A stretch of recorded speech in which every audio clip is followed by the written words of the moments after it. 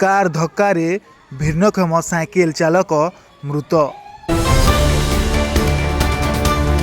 जमैनकिला थाना अंतर्गत बादीबाल छक 53 नंबर जातीय राजपथरे घटी एक सड़क दुर्घटना। सूचना मुताबक बादीबाल ग्रामर धरणीधर छत्रिया जड़े भिन्नक्षम व्यक्ति साइकेल रे टिकलीपड़ा पंचायत कार्यालय भत्ता टंका नहीं घर को फेरुवा समय रे एक कार द्रुत गति रे आसी धक्का दे फेरार मारिथिला। घटनास्थल रे धरणीधर मृत्यु होइथिला। जमैनकिला पुलिस खबर पाई घटनास्थल रे पहुंची शव व्यवच्छेद पाई कुचिंडा डाक्तरखाना को पठाइबा परे तदंत जारी रखिछि।